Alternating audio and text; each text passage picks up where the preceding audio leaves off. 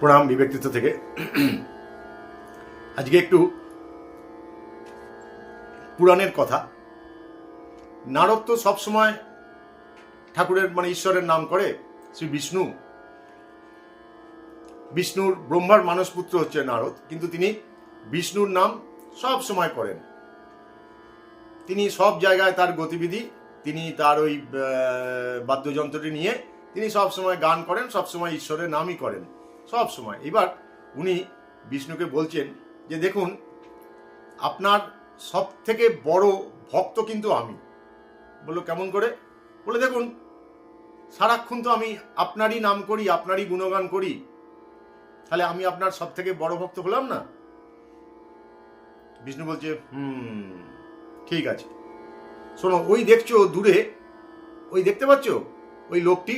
বললো হ্যাঁ হ্যাঁ, একজন লোক তো, হ্যাঁ দেখতে পাচ্ছি। বললো তুমি একটু ঘুরে একদিন দেখে এসো তো ওই লোকটি কি করে।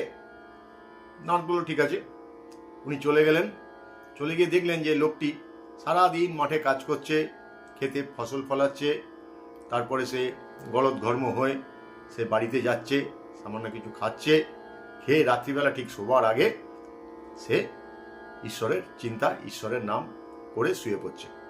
পরদিন সকালে আবার ঠিক একই কাজ। ঘুরে এলো নারদ, বললো যে ও সারাদিন এইগুলো করে। বললো ঠিক আছে। তখন বিষ্ণু বললো আচ্ছা, ওইখানে দেখো এক বাটি তেল আছে, ওই তেলটা নিয়ে তুমি একটু ঘুরে এসো তো। ওই দেখা যাচ্ছে যে গাছটা, ওই পর্যন্ত যাবে, আবার ওখান থেকে ঘুরে আসবে, তেল যেন এক ফোঁটা না পড়ে। তখন নারদ বললো হ্যাঁ ঠিক আছে, আর এমন কি কাজ। দিয়ে তখন নারদ মুনি সেই তেলটি নিয়ে গেলেন, গিয়ে আস্তে আস্তে আস্তে আস্তে তিনি চলে এলেন, কিন্তু এক ফোঁটাও তেল কিন্তু ওর বাটি থেকে মাটিতে পড়েনি। তখন নারদ বললেন যে দেখুন, এক ফোঁটা তেল কিন্তু আমি মাটিতে পড়তে দিইনি।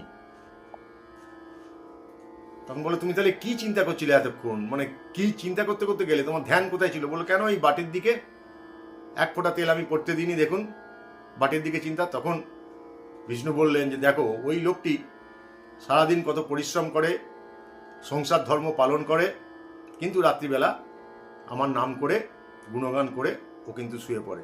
আর তুমি সামান্য এই তেলটি নিয়ে গেলে, তোমার মধ্যে আমার কোনো তো গুণগান করলে না, আমার কথা তো চিন্তাও করলে না, তোমার শুধু এই বাটির দিকেই চিন্তা। সুতরাং প্রণাম ঠাকুর, প্রণাম মা, প্রণাম স্বামীজি।